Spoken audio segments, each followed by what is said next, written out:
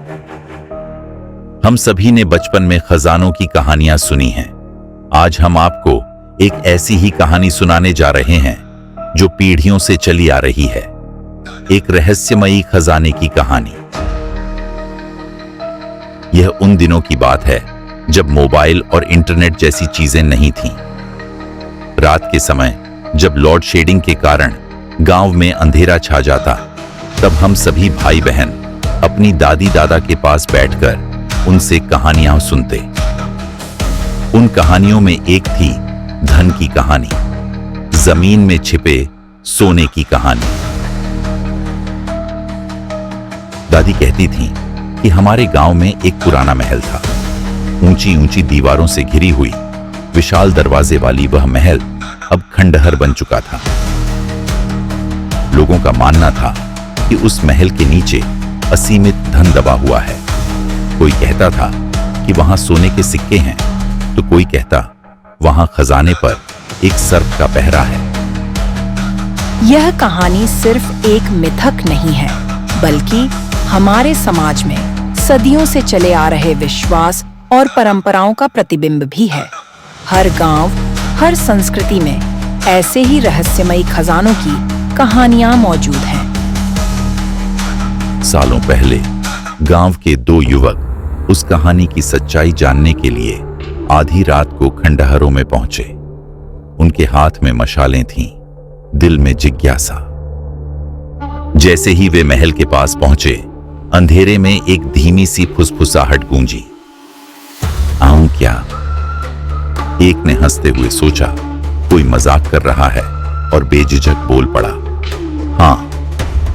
अगले ही पल वह जमीन पर गिर पड़ा, शरीर बिल्कुल निस्संज, जैसे जान ही निकल गई हो। उसका दोस्त घबराया और गांव की ओर दौड़ पड़ा। हमने उस रात गांव में शोर सुना।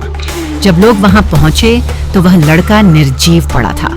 डॉक्टर ने कहा कि उसे हार्ट अटैक आया था, पर गांव के कुछ बुजुर्गों का कहना था कि उसके शरीर पर अजीब निशान थे, जैसे किसी ने उसे जकड़ लिया हो। यह निशान आम चोटों से अलग थे। गांव के बुजुर्गों का कहना था कि जो इस महल के करीब जाता, उसे अजीबो-गरीब आवाजें सुनाई देती, एक रहस्यमयी गूंजती हुई आवाज।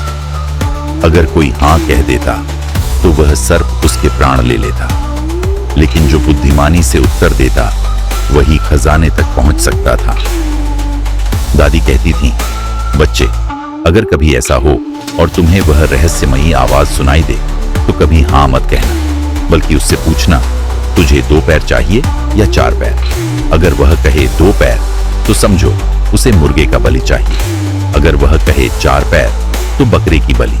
और जिसने उसकी मांग पूरी कर दी वह अपार सोने का मालिक बन गया। एक बार सरकार की आर्कियोलॉजिकल टीम ने महल के पास खुदाई करने की कोशिश की, लेकिन रहस्यमय तरीके से उनके उपकरण काम करना बंद कर गए और मजदूरों ने फुसफुसाहटें सुनने का दावा किया। जल्द ही यह परियोजना छोड़ दी गई और यह रहस्य आज भी अनसुलझा बना हुआ है। हमने वहां खुदाई शुरू की थी, लेकिन हमारे सारे उपकरण बार बार खराब होने लगे। मजदूरों ने अजीब आवाजें सुनी और डर के कारण भाग गए।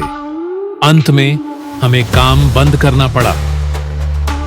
जब हम यह कहानी सुनते तो हमारे रोंगटे खड़े हो जाते।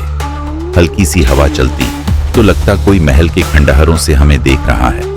अंधेरे में कोई आवाज होती तो दिल की धड़कनें तेज हो जाती।